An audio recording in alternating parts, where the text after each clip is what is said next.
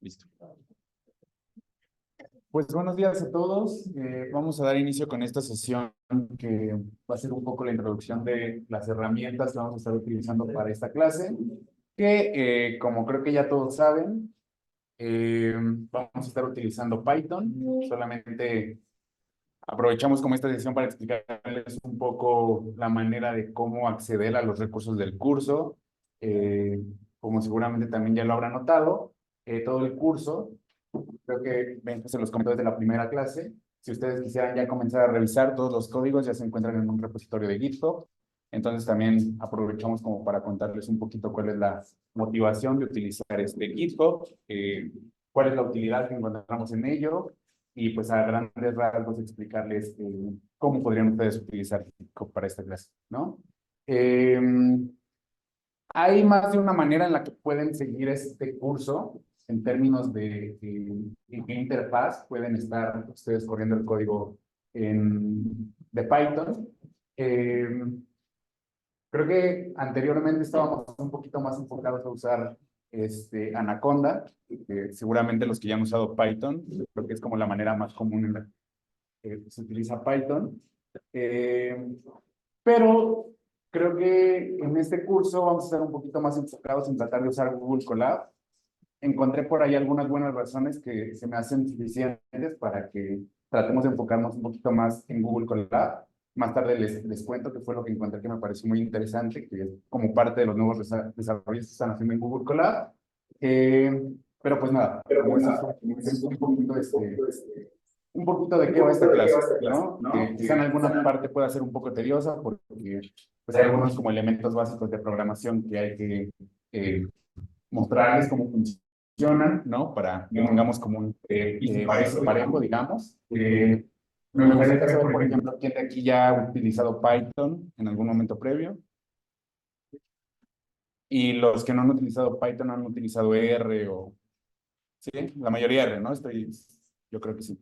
Ok, creo que la transición, si ya más o menos dominan R, transición de R a Python, como que es suave, no debería de costar muchísimo trabajo, entonces creo que eso no va a ser un problema en la clase. Igual si en algún momento sienten que la parte del código les está siendo una barrera o está implicando una complejidad que no debería de implicar, pues con toda confianza acérquense a nosotros y háganos saber para pues tratar de ahondar un poquito más en temas de código o para tratar de ayudarlos a superar esa curva de aprendizaje, ¿no? Y pues dicho eso, pues básicamente como les decía, inicialmente tenemos dos opciones.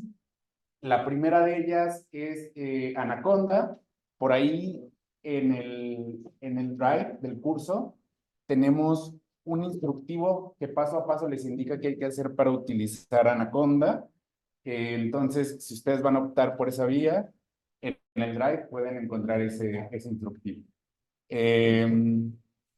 Hay otra vía, que es justamente esta que les comentaba, de Google Colab, que digo, utilizar Anaconda es muy útil porque sin necesidad, por ejemplo, de conexión a Internet, que ya es medio según, porque creo que como que la ventaja de tener Anaconda es que puedes estar haciendo código sin necesidad de estar conectado a Internet, a priori, ¿no? Pero si necesitas como instalar una librería o si necesitas alguna duda con un pedazo de código que no está funcionando bien, necesariamente tienes que estar conectado a Internet. Entonces, creo que esa ventaja como que ya queda un poco de lado.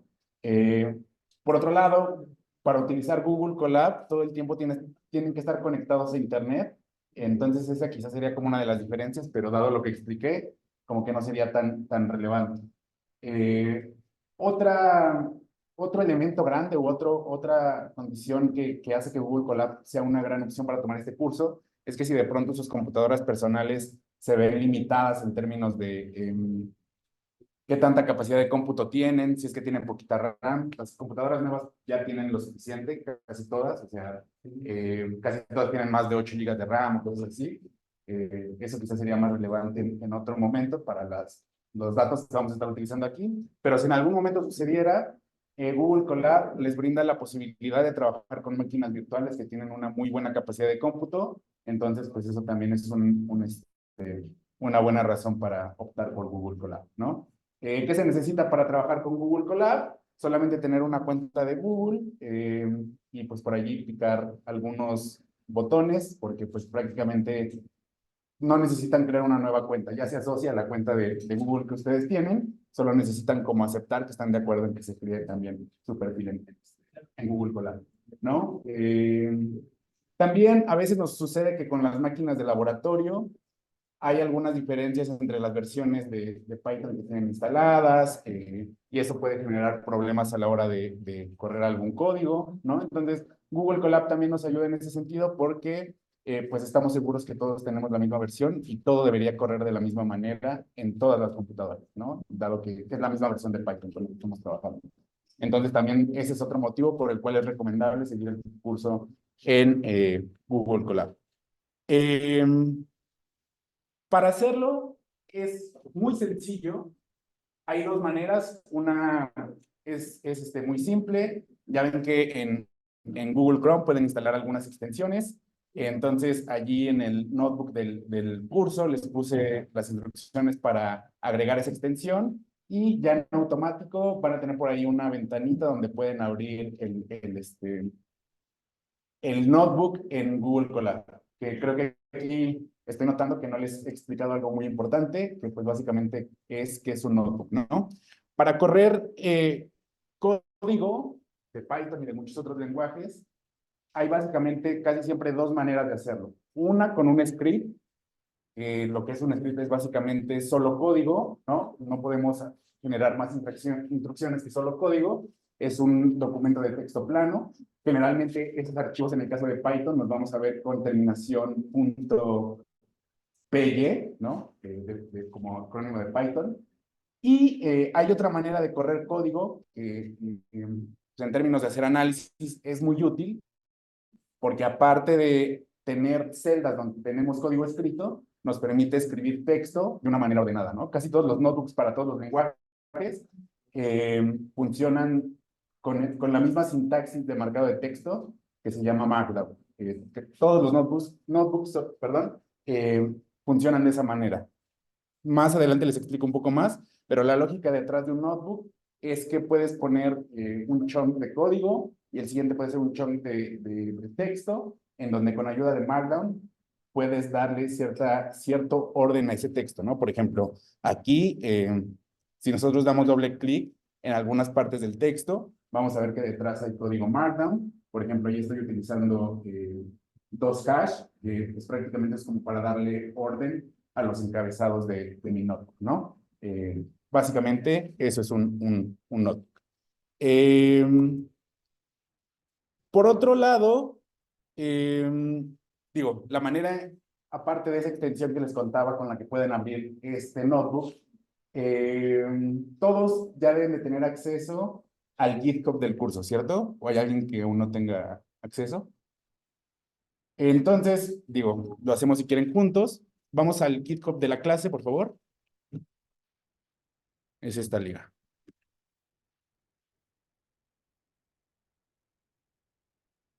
¿No? Ahí tenemos, como saben, todos los códigos de la clase, desde esta clase de introducción hasta lo que vamos a comenzar a ver en las siguientes clases. Al final van a encontrar una carpeta que se llama clase Intro Toolbox, ¿no? Ahí van a ver que tenemos más de un archivo, como les decía, los archivos que son notebooks de Python. En este caso van a tener la terminación .ipynb, ¿no? Entonces así vamos a saber cuál es el notebook de Python que queremos abrir. Posteriormente, digamos que pues yo quiero abrir Colab desde cero, ¿no? O sea, aún no estoy aún no tengo ahí abierto mi notebook. Entonces, aquí nos da distintos métodos para abrir algún notebook. Los recientes, que son, pues en este caso, los que yo he utilizado. Algo también que está muy bueno de Colab y que en su momento creo que puede ser de mucha ayuda, es que los notebooks que ustedes abran en su cuenta de Google Colab se van a guardar en automático en su cuenta de Google Drive. Entonces, si ustedes hacen anotaciones cuando estemos corriendo el código, en esa versión que ustedes tienen, en automático, esa versión del código se va a guardar en su Google Drive, ¿no? Entonces, eso también puede ser muy útil para que después revisen algunas anotaciones que pudieron hacer dentro de su copia del notebook. En este caso, por ejemplo, nosotros vamos a llamar este notebook desde una cuenta de GitHub. Lo único que tenemos que hacer es traer la liga la liga del repositorio, ¿no? Y en automático ahí nos va a mostrar GitHub lo que encuentra. Ya encontró que ese es el repositorio al que nos queremos acceder. En este caso, pues vamos, como decía, a ingresar a la clase o carpeta que se llama Toolbox.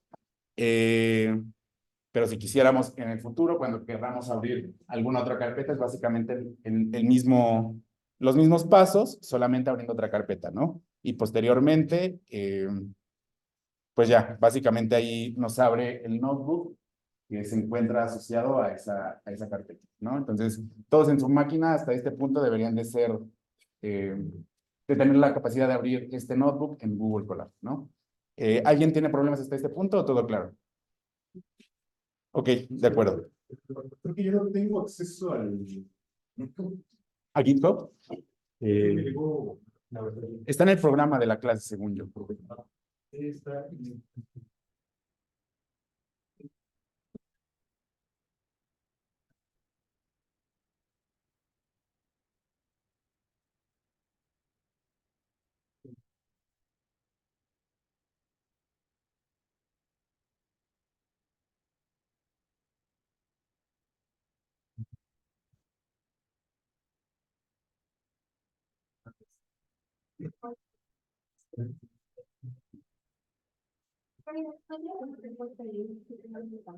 ¿Te aparece las carpetas que están?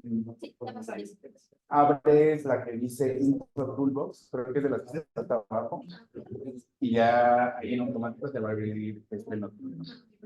No, ¿de qué?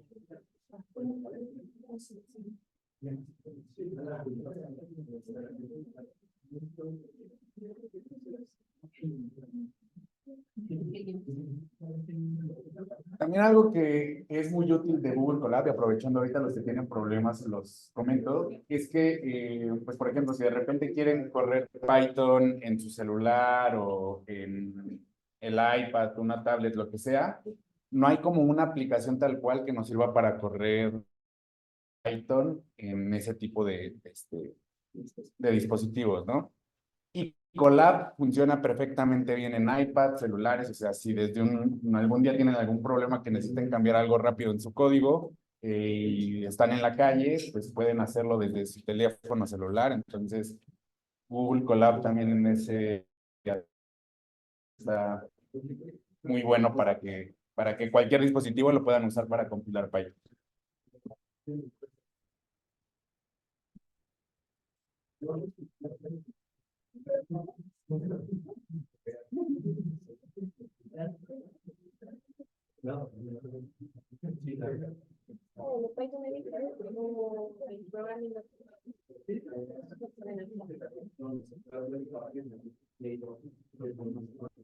No estoy seguro.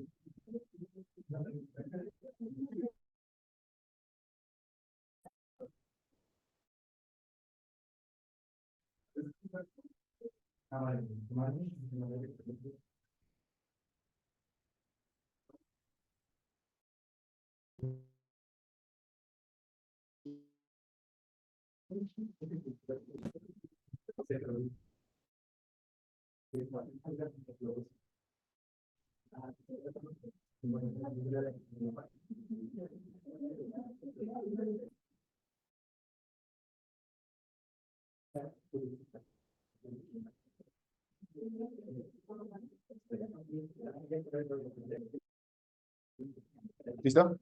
Yo solamente como tip les iba a decir, porque a mí también luego me pasa que se me pierde el repositorio. Entonces, si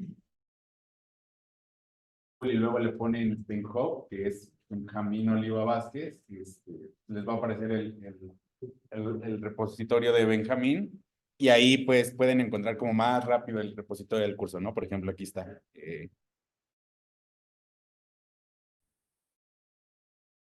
2024, ¿no? Entonces, igual y si de repente que tengan, esa es como una manera simple de hallar el repositorio, digamos. Eh, bueno, dicho eso, hay una segunda manera de trabajar el curso, como les decía, con Anaconda. Y pues digo, aquí quizás será importante tratar de explicarles un poco acerca de cuál es la motivación de usar GitHub y entonces ustedes preferirían la vía de usar Anaconda, de qué manera podrían utilizar también GitHub para el repositorio del curso, tener todos los archivos descargados de una sola vez, digamos. Cambio, las aplicaciones están sobre eh, manera que quizá podrían hacer temas por el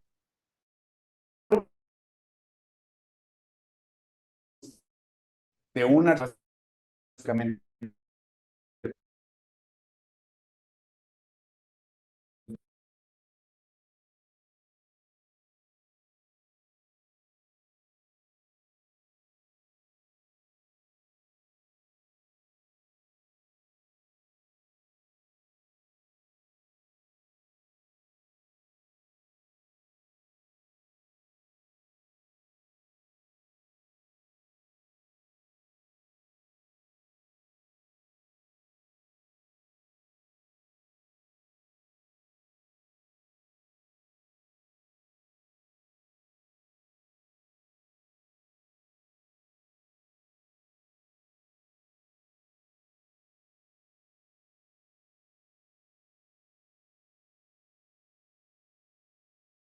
Sí, perdón, les decía que GitHub es una manera, perdón, Git en realidad es la manera que tenemos para guardar el historial de versiones de un archivo, ¿no? Y que nos permite básicamente regresar esas versiones en el momento que lo necesitamos.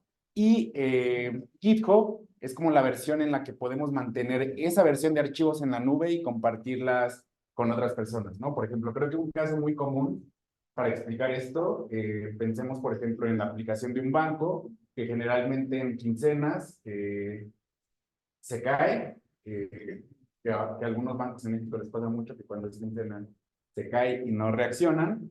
Muy probablemente es algún bug que tiene el código de cómo funciona esa aplicación. Entonces aquí suceden dos cosas, ¿no? Dado que es una situación en la que se necesita ser muy reactivo, tenemos que hacer un arreglo rápido, hotfix, como generalmente se le conoce. Entonces vamos a la versión original del archivo, se crea ese arreglo, ¿no? Y hacemos que, pues, en esta situación compleja, la aplicación vuelva a funcionar, pero evidentemente necesitamos una solución de más largo plazo. Entonces, alternamente, otro equipo está trabajando en solucionar este problema en una solución más integral, ¿no? Y probablemente haya un equipo adicional tratando de desarrollar nuevas funcionalidades dentro de esta aplicación, ¿no?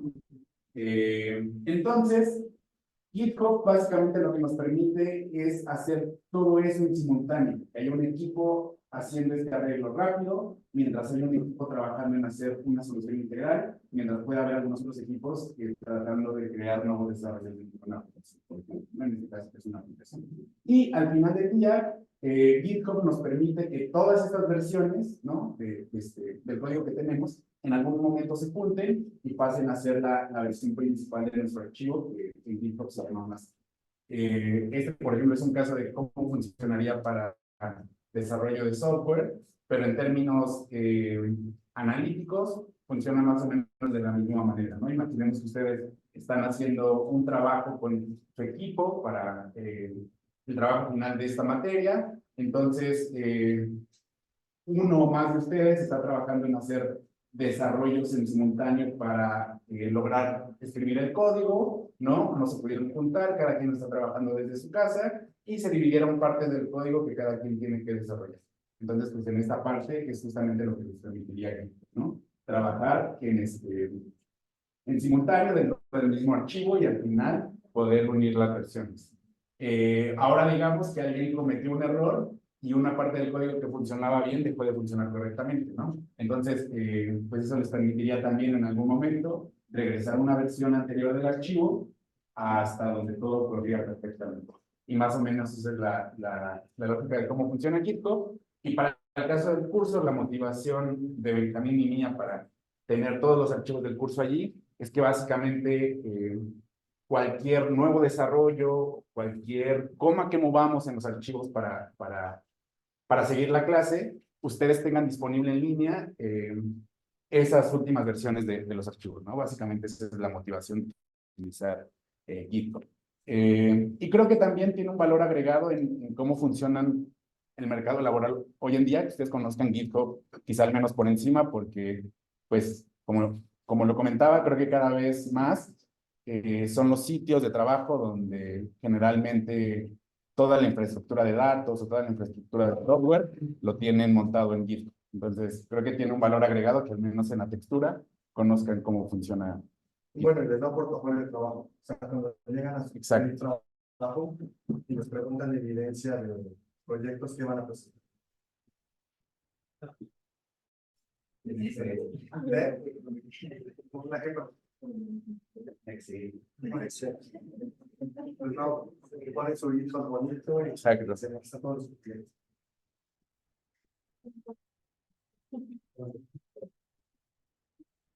Sí, exacto. Esa es otra manera de sacarle provecho a GitHub, como que lo tengan en portafolio de trabajo. De hecho, es muy común que pues, gente que hace cosas de datos ponga su GitHub en su CV. Claro. Funciona como filtro, porque si alguien de pronto no tiene idea qué es GitHub, sí, exacto, es como muchas gracias. Entonces, considérenlo. Y pues digo, esto les va a servir mucho más si es que ustedes van a buscar seguir el curso mediante Anaconda. Básicamente,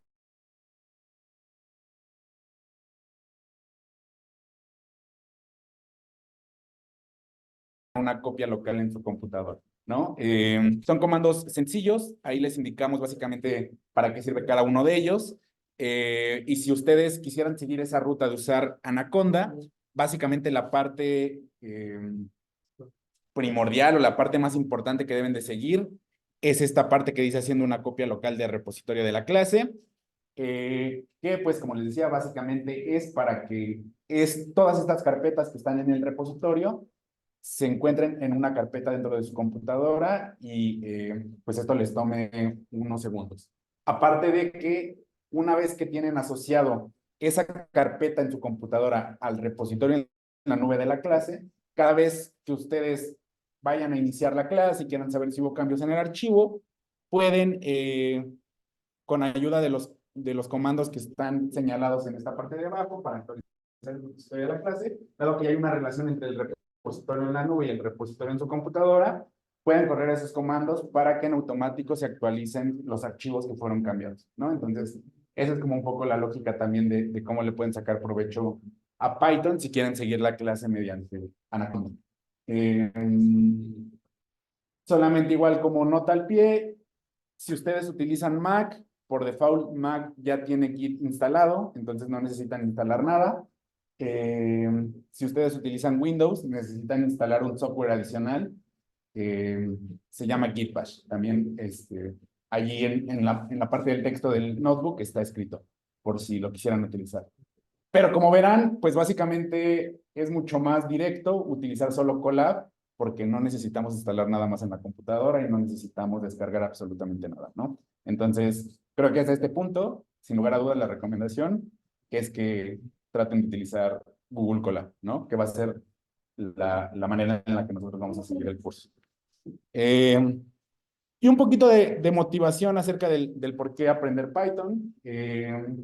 Si ustedes exploran algunas oportunidades laborales o qué es lo que más se está utilizando en el mercado laboral, se van a dar cuenta que, en primer lugar, lo que más demanda el mercado laboral son herramientas asociadas a generación de software, desarrollo de software, como por ahí tenemos JavaScript y HTML, ¿no? Estamos enfocados en ese aspecto.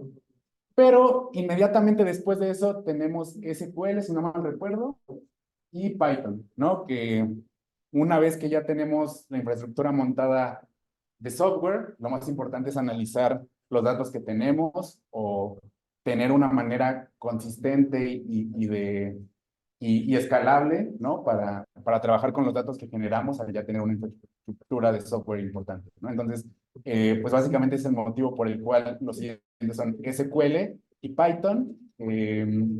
Y si también notan, mucho más abajo en la lista, bastante más abajo, por ahí tenemos R y que es el lenguaje para crear macros en Excel. ¿Qué digo? En realidad, esto creo que solamente sucede más porque a veces R es un poco más de nicho, se utiliza muchísimo en la academia, se utiliza muchísimo en gente que está muy apegada a temas estadísticos, ¿no? Y Python, pues digamos como que es más etéreo, digamos, está en todos lados, y dado que es muy versátil en cuanto a las cosas que podamos hacer, Python es muy, muy útil. O sea, no solamente se limita a análisis de datos, también temas de ingeniería de datos, ingeniería de software se pueden hacer en Python. Entonces, ese es el motivo por el cual Python es más usado, ¿no?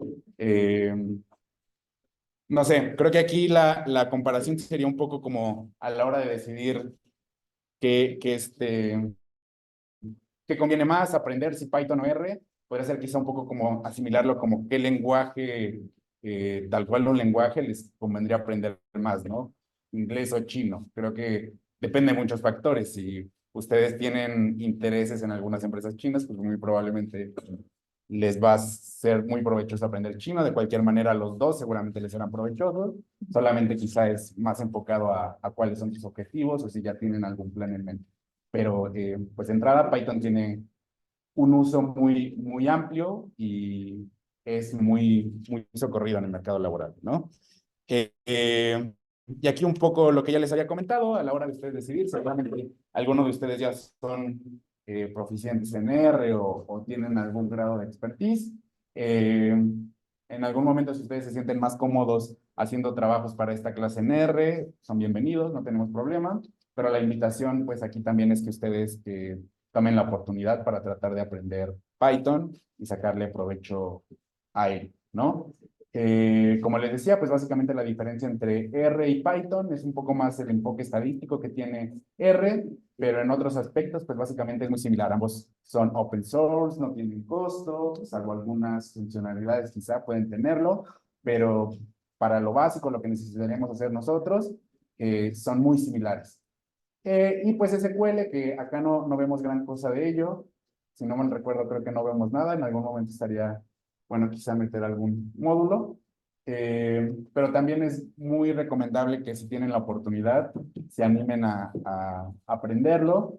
Igual es muy socorrido en el mercado laboral, creo que es como de las cosas básicas que ya muchos trabajos piden. Es prácticamente el paradigma en el que está montado la infraestructura de datos de casi todas las empresas, incluso gobiernos seguramente. Entonces, pues, una invitación a que también si tienen la oportunidad, aprendan ese juego, ¿no? Por allí también les puse algunos recursos que seguramente les serán interesantes acerca de cómo empresas que hoy en día son pues muy grandes, demasiado grandes, utilizan Python, ¿no? No solamente lo usan para data science o análisis de datos, también lo utilizan para Internet de las cosas, inteligencia artificial o el desarrollo que está detrás de todas las aplicaciones. Eh, pero muchos de ellos tienen casos muy interesantes de cómo utilizar Python para generar analítica de datos, ¿no? Entonces, por ahí les puse algunos ejemplos con las ligas de cómo estas empresas sacan ventaja de Python para meter valor a su negocio, ¿no? Si alguno de ustedes está interesado, digo, solamente si en algún momento están un poco con ganas de saber cuál es el origen de esta lógica del software libre, cómo se creó Python, quién fue el inventor, también por ahí tienen un poco más al respecto. A mí me parece muy interesante la creación de Python porque pues tal cual es como un tipo que estaba aburrido y dijo, creo que al mundo del desarrollo le hace falta un lenguaje distinto y pues ya comenzó a crear Python, ¿no? Entonces, creo que está interesante la historia. Tiene por ahí alguna connotación de un programa de comedia, que creo que se llama Monty Python. Entonces, se pueden divertir un poquito aprendiendo al respecto, ¿no? Y bueno, dicho eso, ahora sí pasemos a la materia, que tal cual es enseñarles lo más básico de cómo utilizar Python. Eh, Básicamente, todos los lenguajes de programación, hoy en día la mayoría de los que utilizamos son orientados a objetos, que pues básicamente esto significa que todo lo que nosotros creemos dentro de entorno de desarrollo, este entorno de programación, es un objeto y tiene características, ¿no? Y las características hacen las características definen lo que podemos hacer con esos objetos, ¿no? Cómo funciona en el mundo real, ¿no? Una mesa, sabemos que es una mesa por sus características y lo que podemos hacer con ella, ¿no? Por ejemplo. En la programación orientada a objetos funciona igual, definimos un objeto, que por ejemplo para nosotros puede ser una serie de tiempo, puede ser un data frame, puede ser una matriz, y en base de las características que nosotros asociamos con ese tipo de objetos, es lo que podemos realizar con ellos, ¿no? Como muy a grandes rasgos, que es la programación orientada a objetos. La semántica y sintaxis de Python, al igual que muchos otros lenguajes de programación, funciona con algunas palabras clave, ¿no? Aquí les puse algunas de las más importantes o las más usadas. Eh, ¿Por allá hay alguna duda? ¿Todo bien? Ok. Este, Sí, los lenguajes de programación funcionan con palabras claves. Hay algunas palabras que ya está bien definido lo que tienen que hacer dentro del entorno del lenguaje de programación. Y asimismo existen algunas funciones. Más adelante les voy a explicar un poco más a detalle qué son las funciones en este lenguaje de programación y cómo utilizarlas. Pero dicho de manera muy básica, el lenguaje de programación está sostenido con palabras claves y algunas funciones que ya por default la máquina entiende que debe realizar cuando nosotros escribimos esas palabras, ¿no? Por ahí hay una analogía en la que se asimila como los lenguajes de programación, muy similar a un perro entrenado, ¿no? Porque pues, el perrito entrenado cuando escucha ciertas palabras clave como paseo, yo qué sé, el perro en automático ya sabe de qué estamos hablando, ¿no? ¿Qué queremos hacer? Y con los lenguajes de programación pasa más o menos similar. Tenemos palabras clave y cuando nosotros las ponemos en la máquina, pues ya la computadora pues básicamente está entendiendo más o menos qué es lo que queremos hacer. Básicamente, programar es utilizar de manera combinada esas funciones y esas palabras claves para llegar a resultados, ¿no? Hay muchas más, pero algunas de estas son las más importantes. También en una lógica muy básica, un lenguaje de programación como Python, pues es en principio quizá como una calculadora en la que somos capaces de hacer eh, funciones matemáticas, ¿no? Las básicas que ya conocemos, que en este caso son muy intuitivas, perdón. La suma funciona con el símbolo de suma, la resta con el de resta, multiplicación aquí con este asterisco, o sea, ahí es un poco distinta porque pensaríamos que quizás es con una X o yo qué sé, pero funciona con este asterisco. La división funciona con esta diagonal. Eh, y una que quizá también es un poco distinto a lo que, por ejemplo, podemos conocer en Excel, que ahí creo que para hacer la potencia es como esta, no recuerdo cómo se llama este símbolo, pero como esta flechita hacia arriba.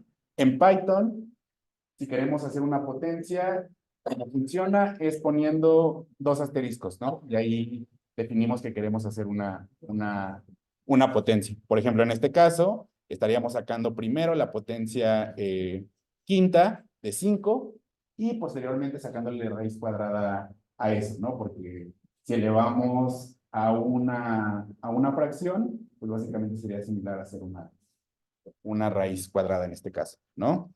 Hay algunas otras funcionalidades más que pues, quizá en una calculadora como convencional no es tan sencillo tenerlas, pero en los lenguajes de programación sí.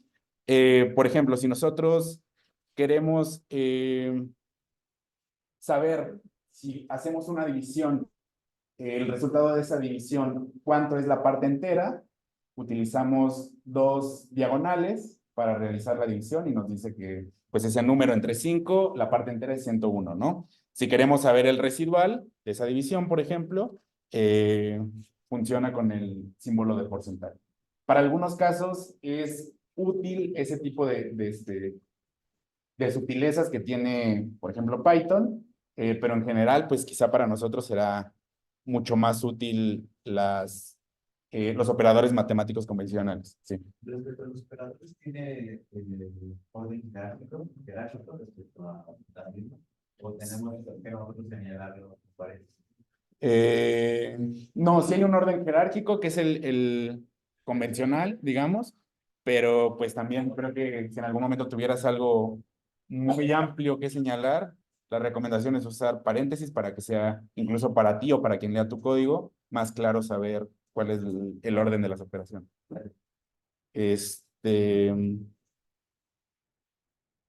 otros operadores que dentro de Python son muy útiles son los operadores lógicos. Creo que eso es, incluso si ustedes buscan en algún momento aprender SQL, aprender los operadores lógicos a la hora de tratar de hacer alguna manipulación con bases de datos, es de las cosas que deben de tener muy claras porque pues dentro de esa lógica a veces se pierde uno y es todo lo que debe de funcionar detrás para que cuando nosotros hagamos una consulta a una base de datos o queramos generar un query, este funcione bien.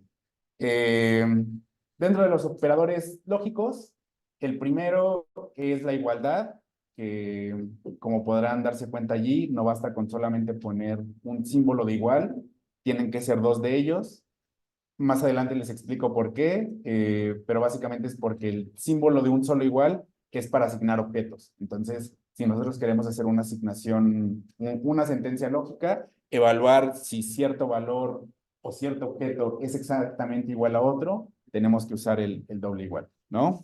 Y los demás, quizá solo el distinto, que es un signo de admiración seguido de un igual.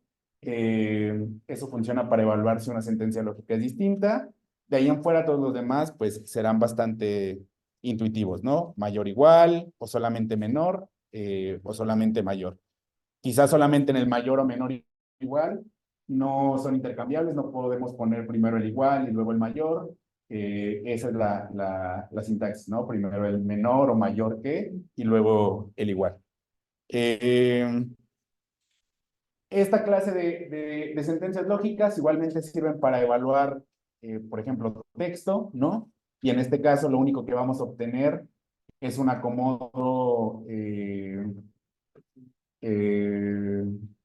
por orden alfabético, ¿no? Por ejemplo, si nosotros evaluamos si de repente azul es mayor que verde, nos va a decir que sí, porque azul, la A va antes que la V, ¿no? Dentro de este mundo también de sentencias lógicas, pensando lo que sea como diagramas de Venn, tenemos las uniones y las intersecciones que funcionan con O e I, que prácticamente así es como lo tenemos que escribir cuando hagamos sentencias lógicas que incluyan esta manera de verlo, ¿no? Una unión o una intersección funciona con OR y AND. Por ejemplo, aquí estamos haciendo algunas sentencias lógicas. Le preguntamos si azul es distinto de verde, lo cual pues evidentemente es verdad. Y luego le preguntamos si 2 más 2 es exactamente igual a 5, lo cual es falso, ¿no? Pero dado que una de ellas fue verdad, entonces lo asume como verdad. Estamos como haciendo la unión entre esas sentencias lógicas, ¿va? Y si lo ponemos como y, nos arroja false, porque, pues dado que al menos una de ellas es falso, en la intersección es condición suficiente para que todo sea falso, ¿no? Igual como en lógica de diagrama de Venn, si nosotros quisiéramos de repente hacer una sentencia lógica que tome en cuenta todo lo que esté fuera de lo que sí es verdad, en ese caso, que en este caso sería el complemento, basta con que utilicemos not y luego nuestra sentencia lógica, ¿no? Como les decía, dentro de las sentencias lógicas, para asignar objetos, utilizamos el igual. Por ejemplo, aquí estamos asignando a la letra A, este 1, 2 y 3. Solamente tengan en cuenta, esto quizás es importante, que cuando ustedes ponen números entre comillas, Python lo asume como string, o sea, como texto. Si lo quisieran asignar como un número, deberían de hacerlo sin comillas, ¿no? Básicamente. Por ejemplo, a la hora de correr este código, le podemos preguntar algunas cosas a Python, que creo que aquí es un momento importante para contarles que cuando ustedes quieran comenzar a utilizar el intérprete de Python de Colab, aquí arriba en la parte superior derecha, tienen un botón que dice conectar. Cuando le dan conectar, pues quiere decir que ya están conectados a esa máquina virtual y tienen capacidad de cómputo para correr Python, ¿no? Ahí les da algunos datos acerca de qué es lo que tienen en esa máquina virtual para utilizar. Por ejemplo, en este caso, si notan, tenemos casi 13 gigabytes de memoria RAM y como 108 gigabytes de disco, ¿no? Para alojar archivos en esa computadora virtual. Creo que si quieres extensión de esa capacidad, puedes pagar, ¿no? Para nuestros casos no va a ser necesario. Con esa capacidad nos va a ser suficiente, pero si en algún momento ustedes tuvieran un proyecto complejo con muchos datos que con esa capacidad de cómputo no es suficiente, podrían hacer ese upgrade para tener mayor capacidad de cómputo, ¿no? Esa también es parte de las ventajas de Colab, que no solamente está limitado por las características de cómputo de nuestra máquina, ¿no? Tenemos más allá de ello. Y dicho eso, pues ahora sí podemos correr el código, que pues básicamente, como les decía, primero asignamos un objeto con el símbolo de igual, la letra A. Quiero que Python ahora lo interprete como 1, 2, 3. Si le doy print y entre paréntesis pongo este objeto que se llama A, lo va a imprimir, 1, 2, 3. Y si después con la función type le pregunto a Python qué tipo de objeto tengo en esa letra A, me dice que es str, ¿no? Que significa string, o sea que es texto, como les decía. Si yo lo hubiera puesto sin las comillas, pues básicamente lo hubiera interpretado como int, que significa integer, o sea que es un número entero, ¿no? Básicamente. Abajo tenemos otro ejemplo de cómo es cómo asignar un número a esa letra. Y otra cosa que aquí pues podrán notar es que la gente que está acostumbrada a usar scripts o por algún motivo necesitan que una parte específica del código se imprima o se generen valores que se muestren en la terminal, utilizan print regularmente, pero nosotros en los notebooks generalmente no lo vamos a ocupar, ¿no? Porque, por ejemplo, nosotros ponemos aquí print, type, y luego la letra, nos dice cuál es la clase de este objeto, pero básicamente nos da el mismo resultado que allá arriba donde solamente pusimos type, ¿no? Entonces el print solamente es como alguna usanza o alguna costumbre que podemos llegar a tener, pero en los notebooks no es como tan necesario que siempre estemos utilizando el print. Básicamente solamente llamando los objetos o poniendo las funciones es suficiente para que se imprime, ¿no? Y después, digo, hablando un poquito de estas clases de datos con las que podemos trabajar en Python, ya les conté que el string son las cadenas de texto que tenemos, se escriben entre comillas.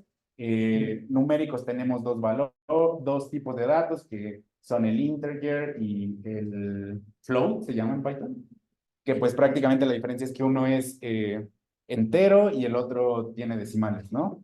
En el pasado eso era más relevante porque pues por cuestiones de memoria, de uso de memoria, cada definición de dato era importante. Ahora pues no lo es porque es prácticamente dada la capacidad de memoria que tenemos en las computadoras, irrelevante si un número es un entero o es un decimal, ¿no? Estos son los datos más importantes que tenemos en los tipos de datos más importantes en Python. Por ejemplo, como resultado de una sentencia lógica, vamos a tener un boolean, que pues prácticamente son los que se limitan a tener como resultado true o false. Una sentencia lógica, ¿no? Pura y llanamente.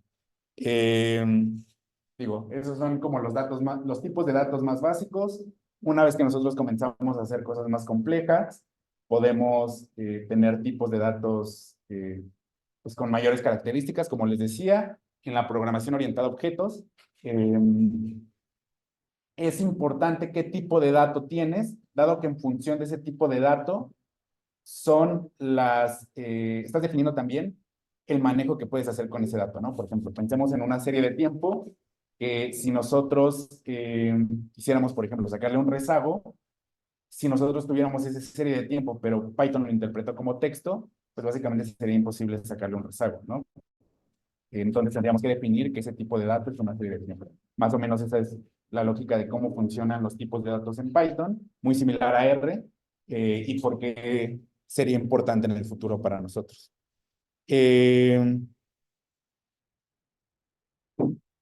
Aquí esto ya se los había comentado, asignar objeto, funciona con el símbolo de igual. Y algo que también creo que será importante que lo consideren en el futuro, es que, digo, aquí ya les conté arriba que para asignar un objeto, tenemos que usar el símbolo de igual. Prácticamente ese objeto le podemos dar el nombre que nosotros queramos. En este caso yo utilicé la letra A, pero podría ser cualquier cosa que a mí se me hubiera ocurrido.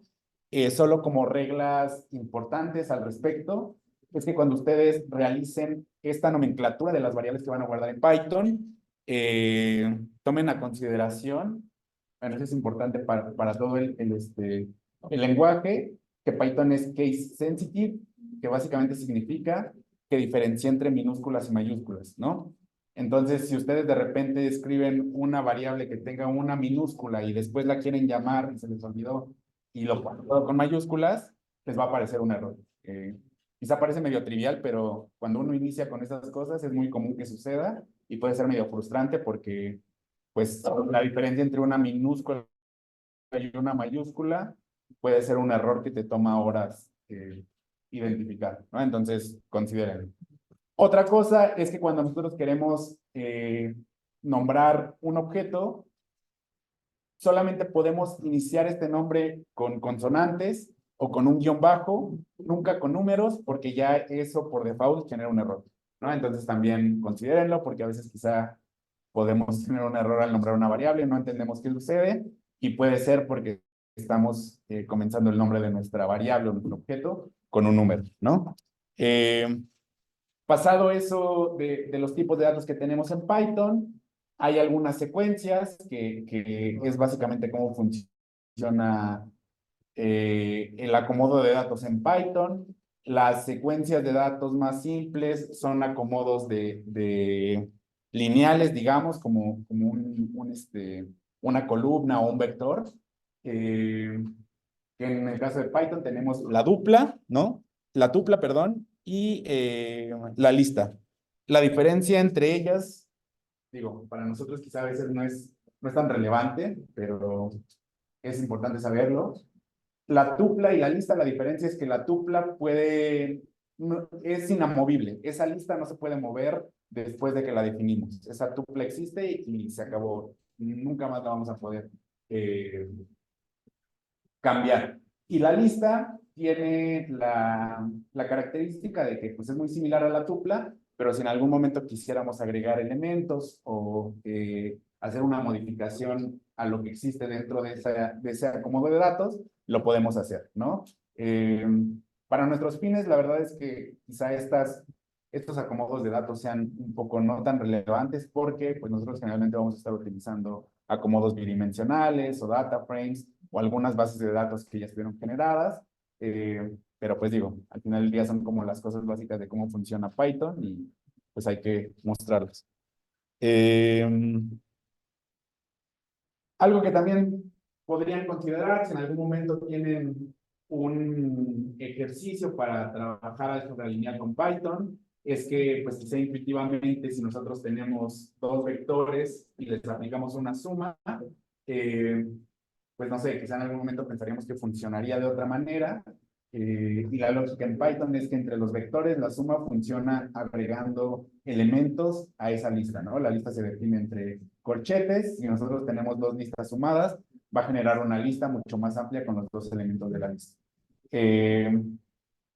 Si nosotros en su defecto queremos multiplicar, quizá la intuición nos diría que lo que va a hacer Python es multiplicar cada elemento por ese número, pero no, en realidad lo que hace es generar una lista donde ese acomodo de datos se encuentre tres veces, ¿no? Así como también cosas básicas acerca de cómo funciona Python.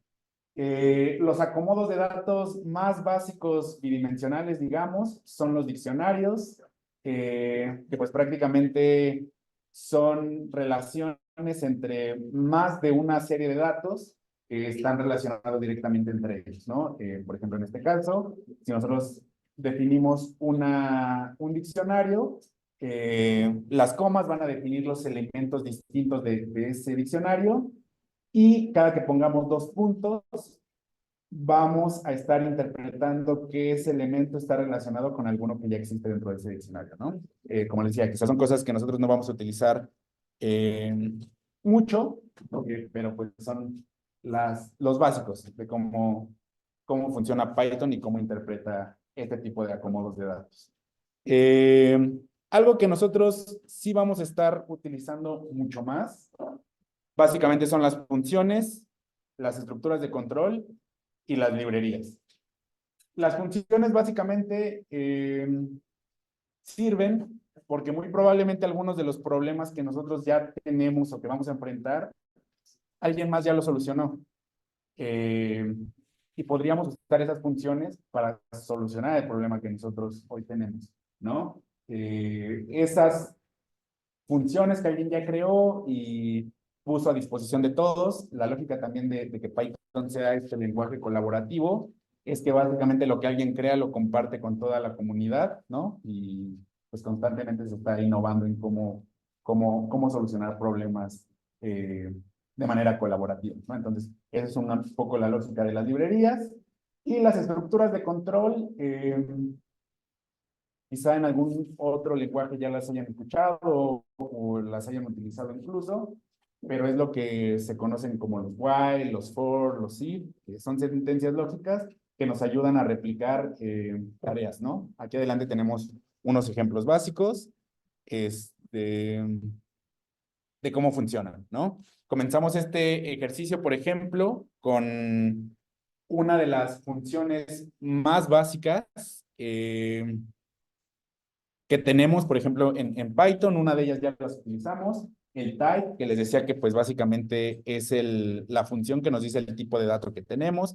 Si nosotros corremos esto, primero estamos con el símbolo de igual, definiendo un objeto, que es una lista, dado que está entre corchetes, ¿no? Y es la numeración del 1 al 10 en secuencia de 1 en 1, básicamente, ¿no? Si le damos type, nos dice que este objeto es una lista, como podríamos haberlo esperado. Les decía que la lista tiene la lógica de que podemos agregar objetos. Entonces, si nosotros le damos append, punto append, estamos utilizando una función que lo que va a hacer es agregar un objeto adicional dentro de esa lista que ya nosotros queremos.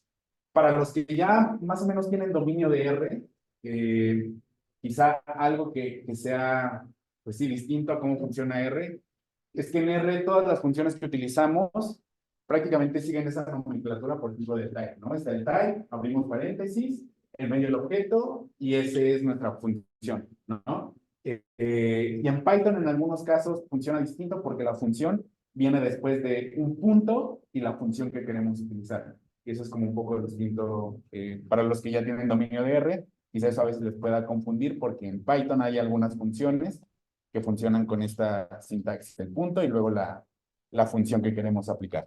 Que les decía, en este caso lo único que estamos haciendo con append es agregar un elemento adicional a esa lista, ¿no? Por ejemplo, si ahora de nuevo le preguntara a, a, este, a Python cuál es el elemento máximo de esa nueva lista, la que ya le di append, pues básicamente me va a decir que es 11, ¿no? Dado que ahí ya le agregué un elemento adicional. Eh, Aquí les iba a comentar algo. Sí, esto funciona tanto en Anaconda como en Google Colab. Cuando ustedes quieren correr código, hay más de una manera de hacerlo. Por ejemplo, aquí en Colab tenemos este simbolito de play, que lo que hace es correr el código que tenemos en ese chunk. Eh, de los caminos cortos para hacerlo, si es que no queremos utilizar el cursor y darle en play, nos ponemos en cualquier parte de esa celda y le damos Shift Enter y eso será suficiente para que también corramos todo ese pedazo de código, ¿no? Como les decía, cuando nosotros tenemos una tarea que necesitamos sistematizar o darle mayor estructura, podemos utilizar funciones. Por ejemplo, en este caso es una muy simple, es interactiva porque con esta función de input, básicamente lo que logramos es hacer que perdón, que haya como esta cajita en la que podemos interactuar con alguna función que nosotros definamos, ¿no? Las funciones, como les decía, hay algunas palabras claves en Python. Por ejemplo, en este caso, una palabra clave y que funcionará así para siempre es there, que ahí Python lo que está interpretando es que nosotros vamos a comenzar a escribir una función nueva, ¿no? Una función que no existe hasta el día de hoy en Python, y nosotros le estamos la estructura es así, el nombre de la función que vamos a crear. Si nosotros le fuéramos a dar, vamos a ver en algunos casos quizá un poco más de esto, pero si quisiéramos que esta función tuviera argumentos, desde aquí decimos qué argumentos va a ocupar esta función, los puntos y después la serie de reglas o de pasos que debe de seguir esta función. Aquí solamente preguntamos el nombre del alumno, le escribimos, por ejemplo, nuestro nombre, y ahí ya una vez que tiene el nombre, hace las instrucciones que yo definí en la función, ¿no? Una vez que ya nosotros generamos nuestra función, la podemos llamar como llamaríamos muchas otras de las funciones de Python. El nombre de la función, entre paréntesis, perdón, y vamos a estar llamando la función que nosotros creamos. Abajo hay un ejemplo con un poco más de pasos. Voy a aprovechar más adelante para explicarles este if, el elif y el else, porque estas partes creo que son muy útiles, son como por ahí un paso medio mortal, porque siento que gente ahí se confunde un poco. Si en algún momento tuvieran dudas acerca de cómo usar un while o un for o un if, pues sin problema cuéntenos y les podemos ayudar a que los utilicen como deberían de hacerlo o teniendo el resultado que buscan. Prácticamente, por ejemplo, lo que hacemos con el while es definir un bucle en el cual hasta que la sentencia lógica que nosotros definimos se rompa, se va a parar, ¿no? Va a dejar de funcionar. Los while a veces no son tan recomendados porque si no tenemos cuidado podemos generar bucles infinitos y pues básicamente la computadora, ¿no? Entonces, ¿qué digo? En este caso no hay de qué preocuparse mucho porque basta con reiniciar. Ajá, exacto. Colab tiene esas ventajas que más adelante les voy a platicar un poco más de que Colab tiene esa ventaja de lanzarte algunas cosas, o generar algunas cosas con inteligencia artificial que son muy útiles. Que guay, y luego, ¿cómo le das para que Spring salga más para acá? No le dan Guay, buena pregunta. La sangría. Dos puntos, enter y tema de indentación. Pero si no te da la indentación con el tab lo puedes crear. Que es una muy buena pregunta porque en R no funciona así, pero en Python la sangría o el indentation que le llaman es muy importante. Si no tenemos esa estructura de control de la sangría, el código no va a correr, aunque va a marcar un error. Entonces, por ejemplo, creo que en R cuando queremos crear una función así, tenemos como la opción de usar llaves, ¿no? Y ya todo lo que está dentro de tus llaves es lo que va a correr. Y en Python, como se interpreta, esto es básicamente con este indentation o sangría. Si todo está bajo esta misma sangría hacia abajo, se asume que es parte de ese while. Si nosotros luego hiciéramos una línea de código acá, que en nuestra cabeza funciona dentro de ese bucle, pero lo hiciéramos sin sangría, Python interpreta que ya es algo adicional a eso, o sea que ya no está dentro del bucle. Entonces, es importante que lo consideren porque la sangría en Python es algo importante, pues. Y por ejemplo, este while funciona de manera muy simple. En un principio defino que la x vale 10 y luego en el while le digo siempre que la x sea mayor a 0, imprime mi x como texto, si le pongo str, paréntesis mi x, convierte ese valor numérico en texto y que me digas, este es un número positivo, ¿no? Dado que ahí definí que sea mayor a 0. Cada vez que se corre este bucle, yo le doy que x valga un número menos, ¿no? Entonces, cada vez que se repite el bucle, x vale un número menos. Creo que eso como que a los matemáticos le da dolor de cabeza de cómo funcionan los lenguajes de programación, porque pues, están de acuerdo que decir que x es igual a x menos 1, como que pues, no tiene sentido en términos matemáticos, digamos, pero pues, en cómo funciona el lenguaje de programación, sí. Ahí decimos que el nuevo valor de x prácticamente va a ser x menos 1 cada vez que se corre esa línea de código, ¿no? Y si ustedes notan, pues sí, el while se corta una vez que el valor es igual a 0, ¿no? Porque ya no está en mayor o igual a 0. Si yo le diera, por ejemplo, aquí un cambio mínimo, mayor o igual a 0, tendríamos un elemento adicional en el cual se está corriendo el código, ¿no? Porque 0 pues es igual a 0 y hay un elemento adicional. Por eso les decía que con el while hay que tener cuidado porque si de repente un paso lo hacemos mal, podemos generar un bucle infinito. Pero pues como ya nos comentaba Benja, Colab tiene esa bondad de avisarnos cuando estamos haciendo algo peligroso.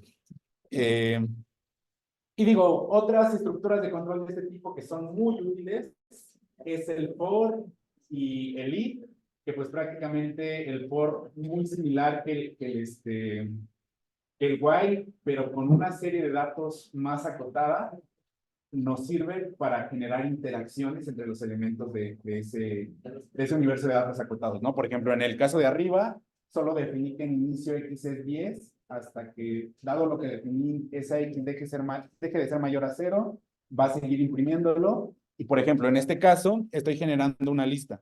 Estoy generando números con la función range. Estoy generando una lista de 10 números.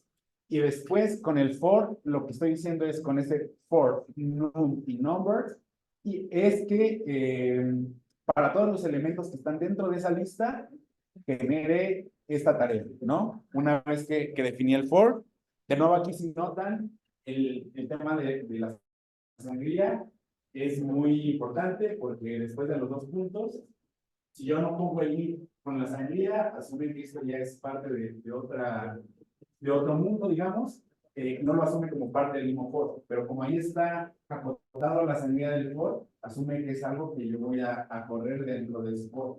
Igualmente funciona con el if.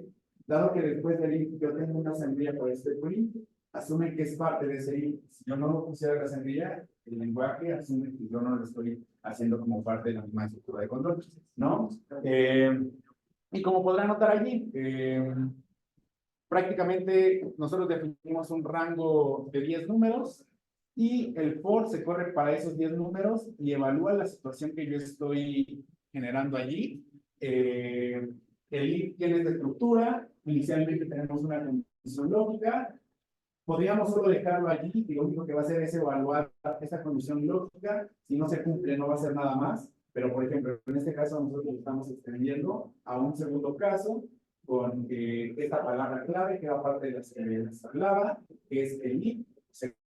Quiere decir que si esta no sucede y esta sí sucede, vamos a realizar esta tarea, ¿no? Y en un tercer escenario, que no se cumpliera ninguna de estas dos sentencias lógicas, vamos a escribir o imprimir esta sentencia, ¿no? Que con el else, básicamente ya estamos considerando cualquier caso que no se encuentre dentro de los que yo definí previamente. Y eso es como muy a grandes rasgos cómo funcionan los bucles o las estructuras de control. Pero como les decía, si en algún momento creen que para sus trabajos es necesario utilizar algo de este tipo y tienen dudas al respecto, pues con toda confianza háganme saber eso y podemos revisar cómo utilizarlo para sus proyectos, ¿no? Y bueno, ya como un parte un poco más de la parte final de la clase, las librerías, como les decía hace un momento, son soluciones que ya alguna persona encontró a un problema al cual se enfrentó, ¿no? Y lo hace colaborativo, lo comparte con el resto del mundo para poder llevar a cabo esa solución que esa persona desarrolló o escribió por su lado, ¿no? Hay algunas librerías muy utilizadas en Python, muchas de ellas incluso ya, por ejemplo, en Colab o en Anaconda, ya están instaladas por default, pero si no, esta es la nomenclatura que ustedes deben de seguir cuando quieran utilizar una librería que todavía no tiene instalada. Funciona con el import, el nombre de la librería, y hay acrónimos, igual por convención, ya están bien establecidos, ¿no? NumPy siempre es NP, Pandas siempre es PD, Seahorn es SNS, ¿no? Hay más de una librería que ya tiene un acrónimo bien establecido, ¿no? Y por ejemplo, digamos que en un ejercicio como este, nosotros quisiéramos encontrar el logaritmo de una serie de números, ¿no? Si nosotros tuviéramos que escribir una función, pues quizá tardaríamos un poco, pero no hay por qué rompernos la cabeza con eso, dado que NumPy ya tiene prácticamente los operadores matemáticos no básicos más utilizados que se podrían necesitar, ¿no? Por ejemplo, aquí el logaritmo, ya una vez que tenemos NumPy, lo podemos aplicar a esta lista de números y en automático nos va a arrojar como resultado el logaritmo de esa serie que nosotros generamos, ¿no? También NumPy a veces es muy útil generar como números aleatorios, pero con una distribución en específico. Por ejemplo, en este caso nosotros generamos con np.random.normal una distribución. Primero definimos la media, desviación estándar y el número de datos que tenemos, ¿no? Y esto nos va a generar una distribución completamente aleatoria con media 2, desviación estándar 1 y que contenga 100 datos, ¿no? Y si posteriormente nosotros de esa serie queremos generar el logaritmo, igual NumPy nos va a ayudar, np.log, el nombre de nuestro vector, y nos genera el logaritmo en automático, ¿no? Y digo, un poco la motivación y el cómo encontramos que funcionan las librerías o cuál es la importancia de tenerlas. Es que, por ejemplo, imaginemos que nosotros queremos generar una regresión, ¿no? Que para fines de este curso lo vamos a hacer bastante. Por ejemplo, tenemos un set de datos, que en este caso es el trabajo de Francis Galton, que es como de los inicios del uso de la regresión a la media, ¿no? También algo muy bueno de Python o de Colab que podemos usar es que si nosotros nuestra base de datos la tenemos en una liga, o sea, en un repositorio de Internet, desde allí podemos definir el repositorio en Internet y Python puede leer ese dato, ¿no? Ese acomodo de datos. Si nosotros quisiéramos hacer esta regresión, pues seguramente sería un poco complejo. No sé qué tan bueno sea pararle aquí y seguimos la siguiente clase con el tiempo, porque quizá hay algunas cosas medio importantes de cómo funciona Python.